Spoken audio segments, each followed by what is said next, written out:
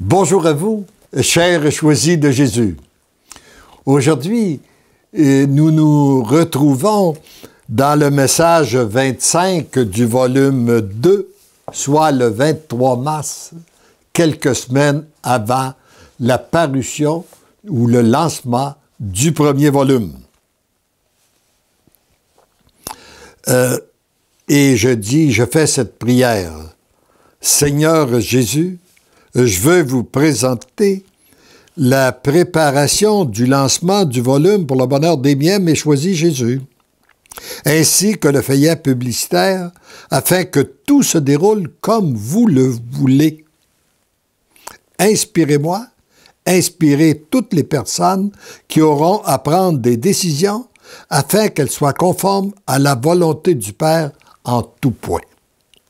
Que ce soit l'endroit, le déroulement ou les personnes que vous désirez.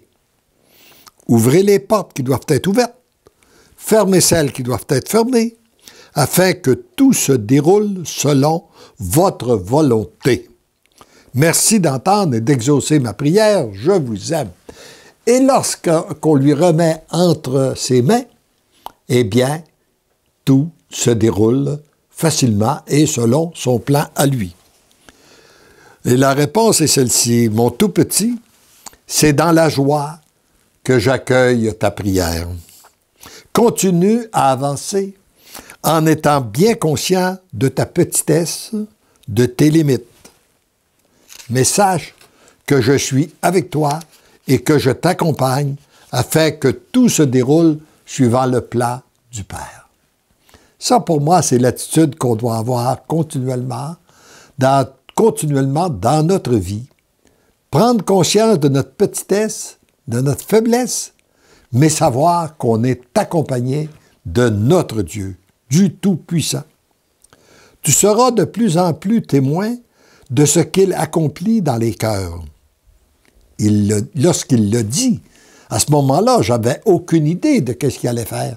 Mais lorsque je vois la multitude de témoignages, le nombre imposant de volumes qui ont été diffusés, tout ce qui se passe actuellement sur Internet avec la pensée du jour, Facebook, etc., là, je vois bien qu'il l'a dit, il le fait. Puis il a ajouté ceci, « Ce dont tu seras témoin ne représente qu'une infime portion de la réalité. » À chaque fois que tu ressens une crainte ou une peur, sache qu'elle ne vient pas de moi. La peur est toujours mauvaise conseillère et elle ne vient pas de Dieu. Redonne-moi continuellement tous ces sentiments qui t'habitent, ainsi que tous les commentaires que tu entends. Ça, c'est très important. Accueillir les commentaires, si c'est une félicitation, l'accueillir pour l'offrir à Dieu pour sa gloire. Si c'est un commentaire négatif, l'offrir au Père aussi. Et là, ça me rappelle qu'est-ce que j'ai vécu quelques semaines plus tard lors de la parution du premier volume. Il y avait un prêtre que j'appréciais beaucoup et que je lui avais passé mon manuscrit plusieurs mois avant la parution du premier volume. Et il m'avait dit, « Mais vous avez lu beaucoup, vous, de la petite Thérèse de l'Enfant Jésus? » J'ai dit « Non. » Ben, il dit, « Lisez ça, c'est pareil. On retrouve les mêmes expressions, même. » Il m'a passé le volume de la biographie de la petite Thérèse. Elle m'a fait un beau clin d'œil parce que le jour, quand je suis arrivé au jour de son décès, j'étais un siècle jour pour jour. Alors, et là, je me suis empressé de lui donner le volume. Et en sortant de la messe, il me dit, « Moi, j'ai l'habitude de dire ce que je pense. Et ce que je vais vous dire va vous faire de la peine, parce que autant je suis en accord avec le contenu de ce volume-là, ça ne devait pas être publié tel quel, avec beaucoup d'autorité. » Bon, j'aurais eu beaucoup de questions à lui poser, mais fort de ce qu'il m'avait dit ici, les commentaires ne t'appartiennent pas. Je n'ai pas posé aucune question. Je l'ai remercié Et j'ai présenté les commentaires à Dieu. Et un mois plus tard environ, je le rencontre de nouveau, puis il me dit « Ah, je suis content de te voir, Léandre, parce que tu sais ce que je t'avais dit en sortant de la chapelle, là? Bien, j'ai eu ma réponse. Il y a 2 dames que tu ne connais pas, et je ne sais pas pourquoi elles sont venues à moi, mais elles sont venues me dire que leur vie est transformée à travers ce volume pour le bonheur des miens, mais choisis Jésus. Oublie ce que je t'ai dit. » Puis, il a continué à nous parler du contenu des volumes. Il se servait du contenu des volumes pour nous donner ses enseignements. Alors, voyez-vous, donc, l'importance de tout remettre entre les mains de Dieu. Je te veux entièrement libre pour continuer à avancer dans la foi pure. C'est en avançant, sans savoir où je te conduis, que tu deviens un guide pour une multitude d'autres sur la voie du Seigneur. Hein? C'est un peu invraisemblable, hein? On ne sait pas où on va, mais on sait qui nous conduit, et à travers ça, même si on ne sait pas où on va, parce qu'il ne me l'a pas dit, je ne le sais toujours pas, j'avance toujours dans la foi pure, je vois bien ce qu'il a réalisé dans le passé, je peux extrapoler parfois un peu pour savoir, en pensant ce qui va se passer, mais je ne le sais pas. Je suis toujours dans la foi pure, et c'est en avançant dans la foi pure qu'il dit en plus de ça, qu'on devient des guides pour les autres, imaginez.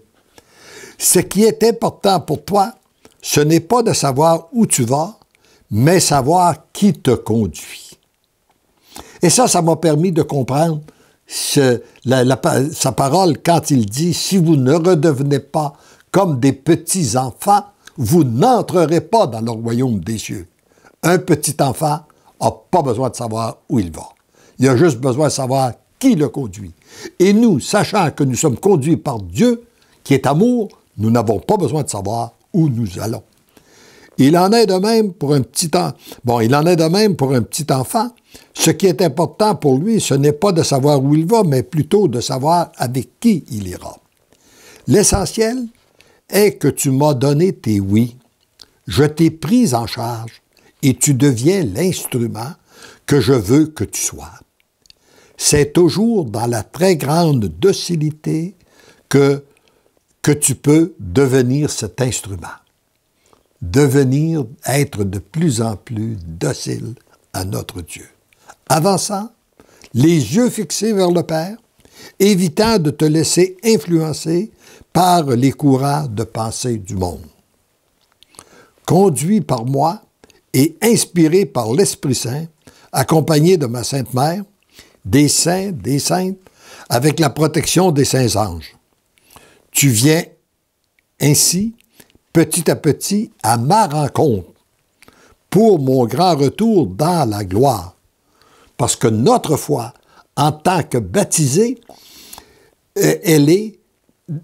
si elle est d'abord dans un Christ qui est ressuscité, si Jésus n'est pas ressuscité, notre foi est vaine, mais ce Christ ressuscité nous a promis son retour dans sa gloire. Et là, il nous dit que nous sommes de plus en plus près. Tant qu'à la date exacte, nous ne le savons pas. Et il nous prépare. C'est ce qu'il nous dit. Il nous prépare actuellement pour cette grande rencontre. Une multitude se met en marche pour accompagner ceux et celles qui viennent à ma rencontre. Quelle joie à la pensée que ce moment tant attendu est maintenant tout près de nous. Préparons-nous à la fête en accueillant les grandes jubilations pour vivre pleinement les grâces qui précèdent mon grand retour.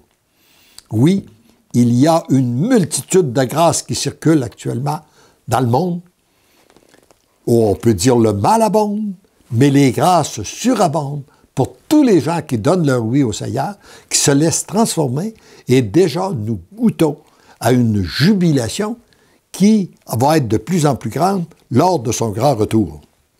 Heureux et heureuse êtes-vous d'être ainsi comblés. Je t'aime. Alors, c'est ce que je répète pour toi qui m'écoutes en ce moment. Heureux et heureuse es-tu d'être ainsi comblé.